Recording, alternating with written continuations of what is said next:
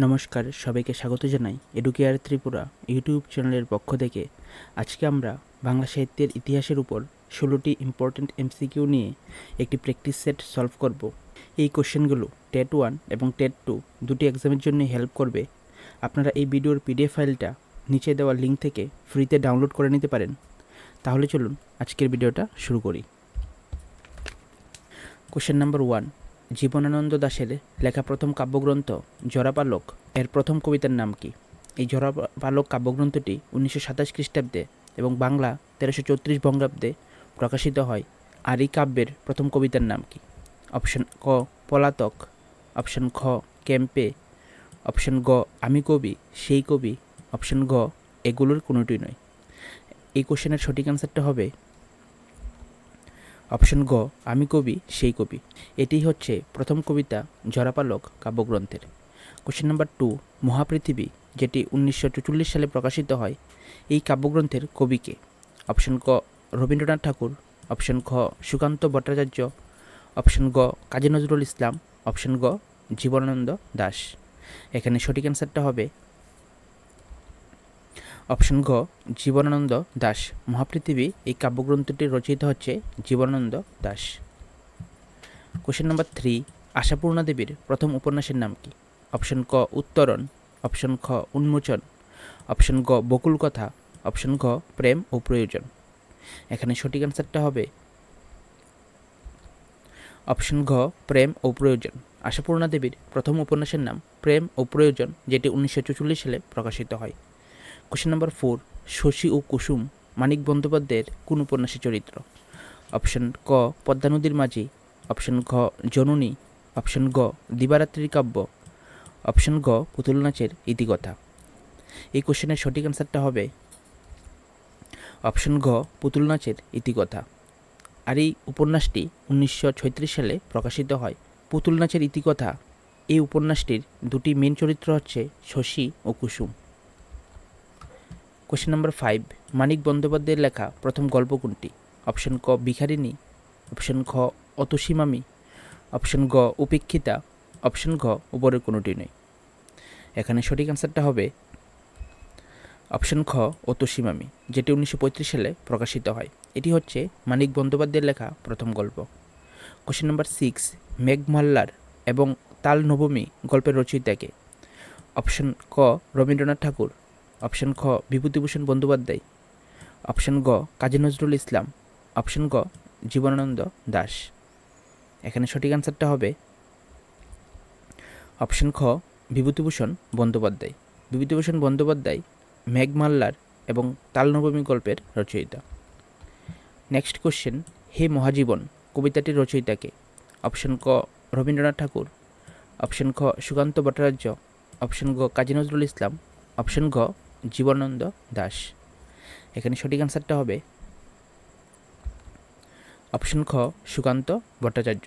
সুকান্ত ভট্টাচার্য হচ্ছে হে মহাজীবন কবিতাটির রচয়িতা। কোশ্চেন নাম্বার 8, আশাপূর্ণা দেবী কবে জন্মগ্রহণ করেন? অপশন ক 1909 খ্রিস্টাব্দে, অপশন খ 1938 খ্রিস্টাব্দে, অপশন গ 1940 খ্রিস্টাব্দে, অপশন গ 1995 খ্রিস্টাব্দে। এখানে সঠিক অ্যান্সারটা হবে অপশন ক 1909 খ্রিস্টাব্দে। আশাপূর্ণা দেবী 1909 খ্রিস্টাব্দে জন্মগ্রহণ করেন। এইরকম আরও ভিডিও পেতে চ্যানেলটিকে অবশ্যই সাবস্ক্রাইব করে রাখবেন, সাথে শেয়ার করে দেবেন আপনাদের বন্ধুদের মাঝে। নেক্সট কোশ্চেন, তারাশঙ্কর বন্দ্যোপাধ্যায়ের প্রথম লেখা গল্প রসগুলি কোন পত্রিকায় প্রকাশিত হয়? অপশন ক কল্লোল পত্রিকায়, অপশন খ তুফান পত্রিকায়, অপশন গ ইন্দ্রনীল পত্রিকায়, অপশন ঘ উপরের কোনোটি নয়। এখানে সঠিক অ্যান্সারটা হবে অপশন ক কল্লোল পত্রিকায়। তারাশঙ্কর বন্দ্যোপাধ্যায়ের প্রথম লেখা গল্পটি, যেটি ছিল রসগুলি, সেটি কল্লোল পত্রিকায় প্রকাশিত হয়।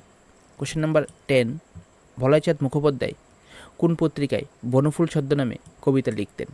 অপশন ক মালঞ্চ, অপশন খ প্রবাসী, অপশন ঘ বিকাশ, অপশন ঘ ভারতবর্ষ। এখানে সঠিক অ্যান্সারটা হবে অপশন খ প্রবাসী। ভোলাইচাঁদ মুখোপাধ্যায় প্রবাসী পত্রিকায় বনফুল ছদ্মনামে কবিতা লিখতেন। আবার অনেক জায়গায় আনসারটা পেয়েছিলাম মালঞ্চ পত্রিকায়। নেক্সট কোশ্চেন নাম্বার 11, সুকান্ত ভট্টাচার্যের প্রথম কাব্যগ্রন্থের নাম কি? অপশন ক ঘুম নেই, অপশন খ ছাড়পত্র, অপশন গ পূর্বাভাস, অপশন ঘ উপরের কোনোটি নয়। এখানে সঠিক অ্যান্সারটা হবে অপশন খ ছাড়পত্র, যেটি 1948 সালে প্রকাশিত হয়। সুকান্ত ভট্টাচার্যের প্রথম কাব্যগ্রন্থ এটি। কোশ্চেন নাম্বার 12, আশাপূর্ণা দেবীর প্রথম রচনা, যেটি ছিল একটি কবিতা, এটি কোনটি? অপশন ক বাইরের ডাক, অপশন খ ছোট ঠাকুরদার কাশিযাত্রা, অপশন গ প্রেম ও প্রয়োজন, অপশন ঘ প্রথম প্রতিশ্রুতি। এখানে সঠিক অ্যান্সারটা হবে অপশন ক বাইরের ডাক, যেটি শিশুসাথী পত্রিকায় প্রকাশিত হয়। এটি হচ্ছে আশাপূর্ণা দেবীর প্রথম রচনা, যেটি ছিল একটি কবিতা। কোশ্চেন নাম্বার 13, হবু শর্মা কার ছদ্মনাম ছিল? অপশন ক রবীন্দ্রনাথ ঠাকুর, অপশন খ তারাশঙ্কর বন্দ্যোপাধ্যায়, অপশন গ কাজী নজরুল ইসলাম, অপশন গ জীবনানন্দ দাশের। এখানে সঠিক অ্যান্সারটা হবে অপশন খ তারাশঙ্কর বন্দ্যোপাধ্যায়। হবু শর্মা তারাশঙ্কর বন্দ্যোপাধ্যায়ের ছদ্মনাম ছিল। কোশ্চেন নাম্বার 14, মানুষ গল্পের রচয়িতাকে? অপশন ক বলাইচাঁদ মুখোপাধ্যায়, অপশন খ অতুল প্রসাদ সেন, অপশন গ লীলা মজুমদার, অপশন গ সুকুমার রায়।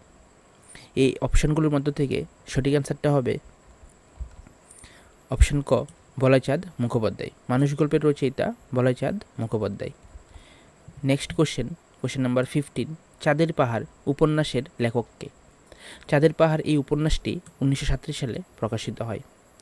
অপশনগুলো হচ্ছে অপশন ক রবীন্দ্রনাথ ঠাকুর, খ বিভূতিভূষণ বন্দ্যোপাধ্যায়, গ কাজী নজরুল ইসলাম, অপশন ঘ জীবনানন্দ দাশ।